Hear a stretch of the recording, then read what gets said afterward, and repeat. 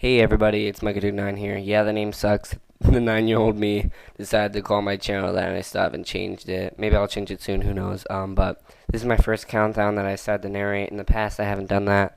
And yeah, I'm really gonna enjoy this, I think. I'll probably make more depending on how many views I get and likes and stuff like that. And yeah, this is a top 5 Legend of Zelda Fire Dungeons. I hope you enjoy. Kicking off the list is the Sword and Shield Maze from Oracle of Seasons. I actually never played this game, but I've seen lots of walkthroughs and playthroughs of it, and it seems like a really cool, creative, top-down Zelda game. It's a very interesting dungeon because it's half fire and half ice. The fire aspect of it is really cool, and the dungeon is really creative. Number 4 is from the newest installment in the Legend of Zelda series, Turtle Rock from A Link Between Worlds. Yes, it's a new dungeon, but if you think about it, there were 16 fire dungeons now, so the chances of this one getting in my top 5 isn't hard. I always thought it was hard to make a good fire temple in a top-down Zelda game, but I think they nailed it with this one.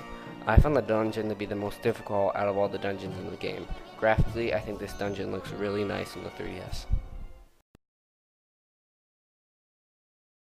Ocarina of Time had some of the most memorable dungeons, and if we're talking about fire dungeons, it is either the Dongos, which isn't much of a fire dungeon, or the Fire Temple. And the one I choose is the Fire Temple. I never really liked this dungeon when I was a child because I sucked at games.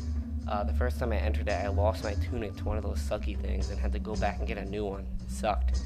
I enjoyed playing through it again and remembering how fun and challenging the dungeon really was. The not real lava, to the gooey tunic and shield eaters, to the best mini boss ever. Am I the only one who realized that household interior items tried to kill you in this dungeon? Yeah.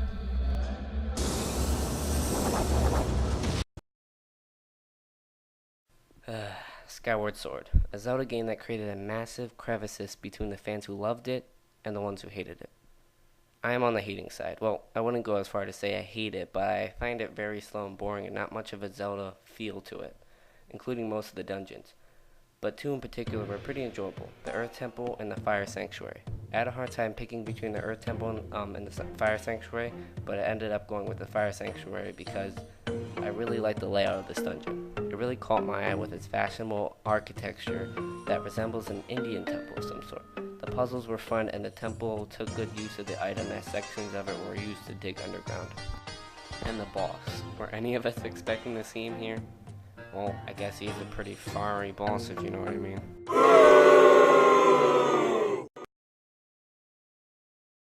Number 1, Gorens Mines from Twilight Princess. I think this dungeon is under most fans' radars.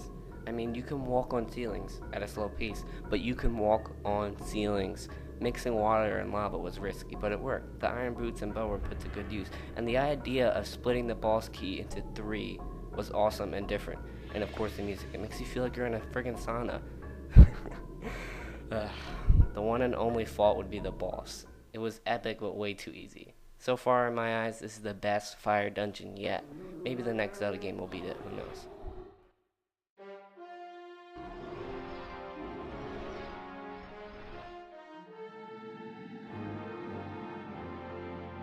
Thanks for watching this video, I really appreciate it. If I should keep doing these, please like or comment, or both.